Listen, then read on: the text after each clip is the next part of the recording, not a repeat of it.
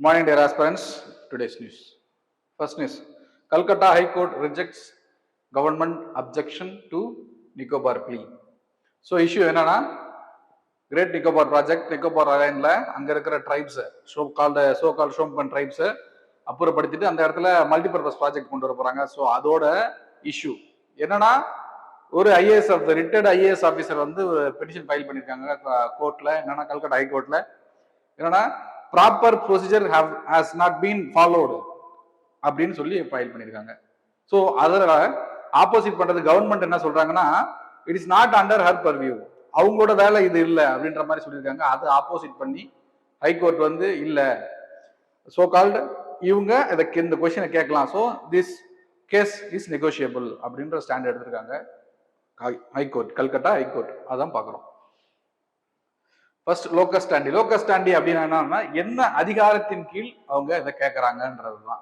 So retired IAS officer, former secretary, எங்க tribal டிபார்ட்மெண்ட்ல இருந்தவங்க தான் இந்த மீனா. அவங்க வந்து சொல்றாங்க கிராம சபா ஸோ அந்த நிக்கோபார் ப்ராஜெக்டை கொண்டு போகலாமா வேணாமா, எப்படி கொண்டு போகிறது அப்படிங்கிற மாதிரியான ஒரு டிராப்டை ஒரு கிராம சபாவில் பாஸ் பண்றாங்க. அந்த டிராப்ட்ல இருக்கிற கண்டென்ட்ஸை ரிசர்ச் பண்றதுக்கு ஒரு டீம் வைப்பாங்க. அந்த டீம் தான் எஸ்டிஎல்சி.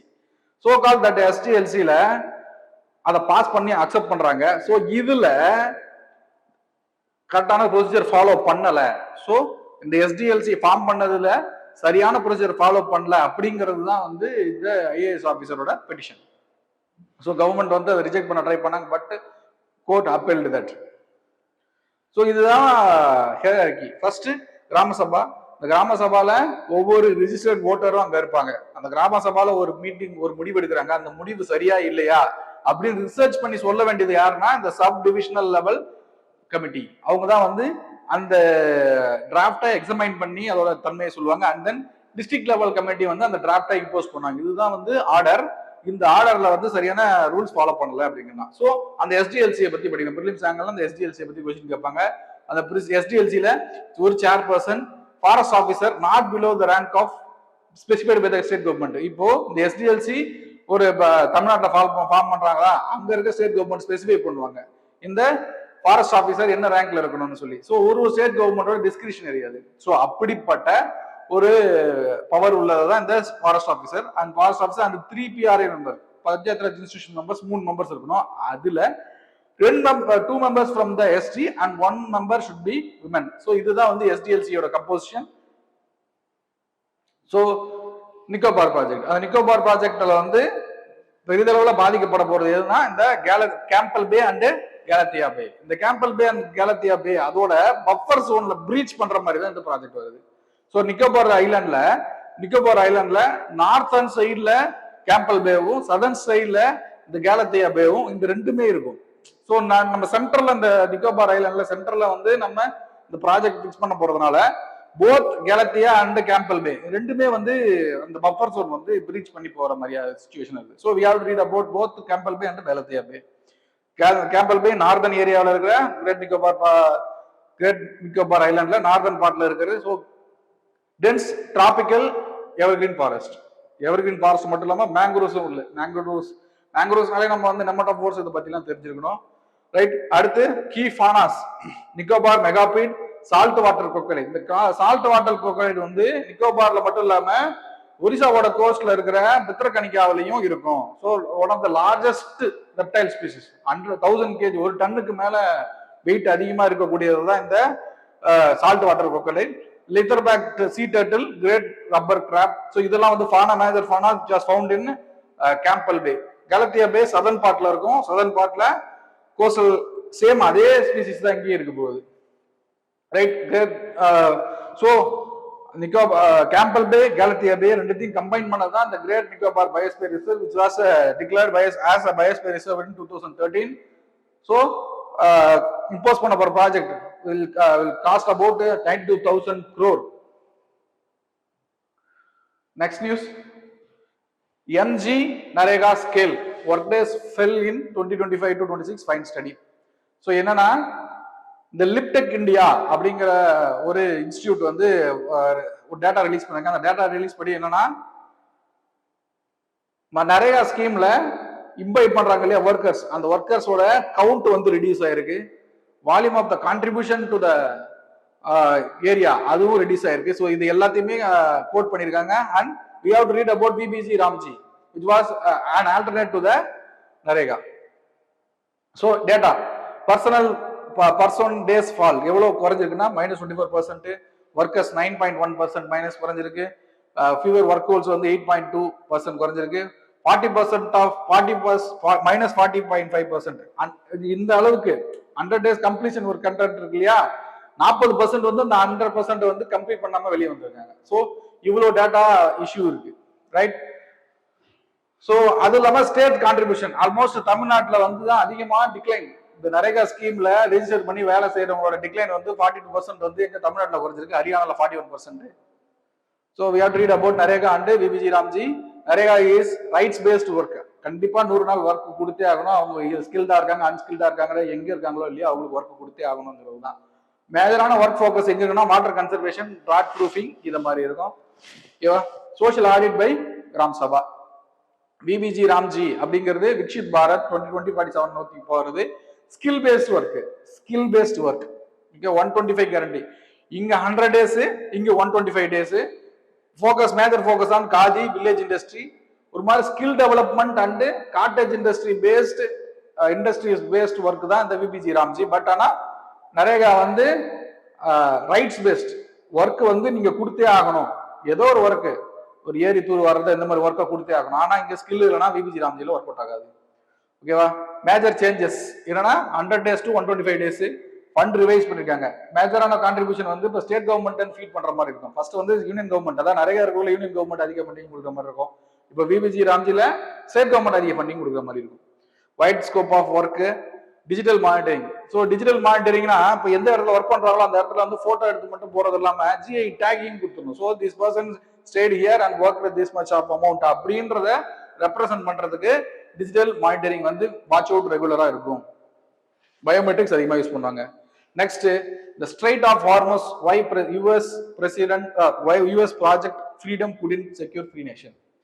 ஸோ மிடில் ஈஸ்ட்ல நடந்திருக்க வார்ல strait of Hormuz has been blocked by Iran for the past 2 months.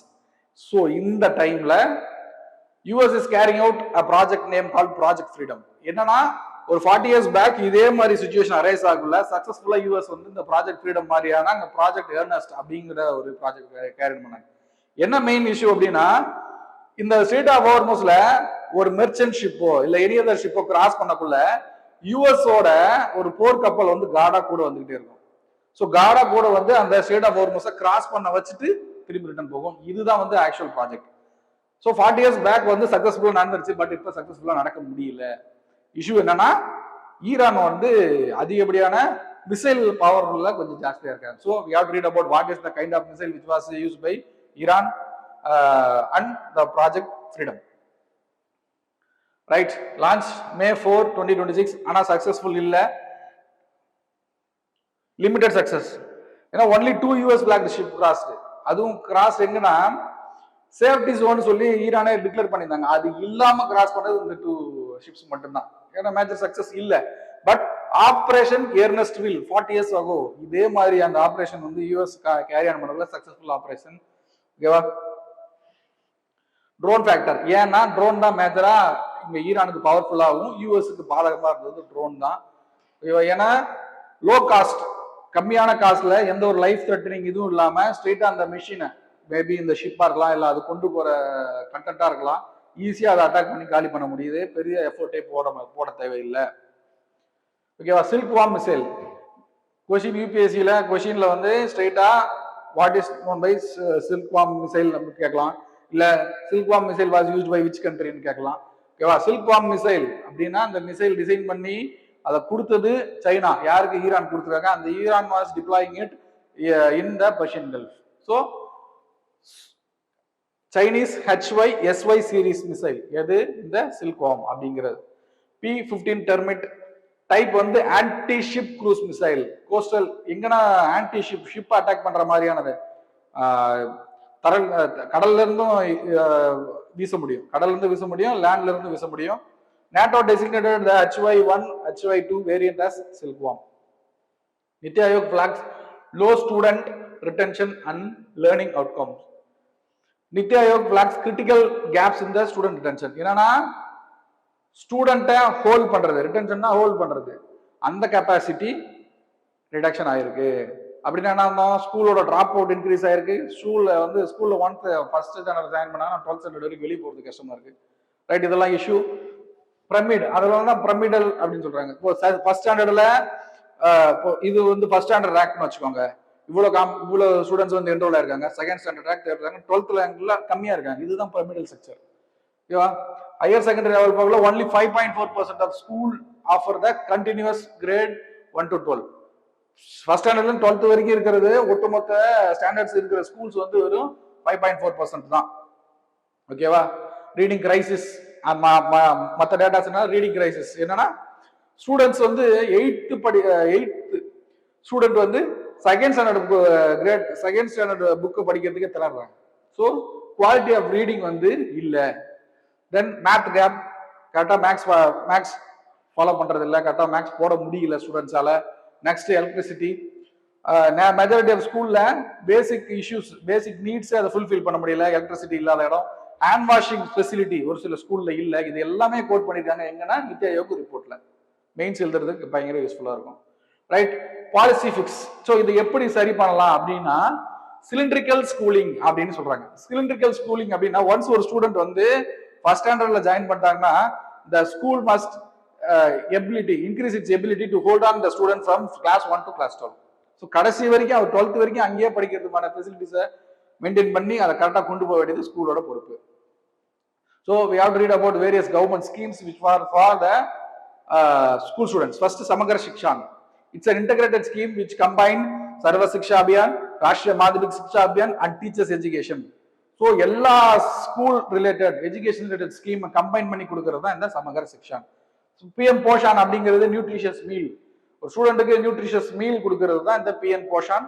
Nipun Bharat அப்படிங்கிறது லிட்ரஸி, ஒரு ஸ்டூடெண்ட் ஒரு புக்கை கரெக்டா படிக்கிறாரா இல்ல, அண்ட் அந்த மேக்ஸ் நியூமரல்ஸில மேக்ஸ்ல எஃபிஷியன்டா இருக்கணும். ஸோ இதை ரெண்டு ப்ரொமோட் பண்றதுக்காக தான் இந்த Nipun Bharat and PM Shri school. PM Shri school அப்படிங்கிறது ஒரு model school. National education policy 2020 படியா உள்ள கொண்டு வர ட்ரை பண்றது தான் இந்த Shri school. Major of the states and north India has been accepted, but Tamil Nadu hasn't accepted till. இது வரைக்கும் நம்ம எடுத்துக்கவே இல்லை. Mark question: despite 3.2% rise in registered household employment under NREGA, declines by 2.5% in percentage. Discuss the paradox and its impact on the rural districts. So, ரெண்டு பக்கத்துக்கு 150 words எழுதி photo எடுத்து அனுப்புங்க, கண்டிப்பா திருப்பி தருவோம். Thank you.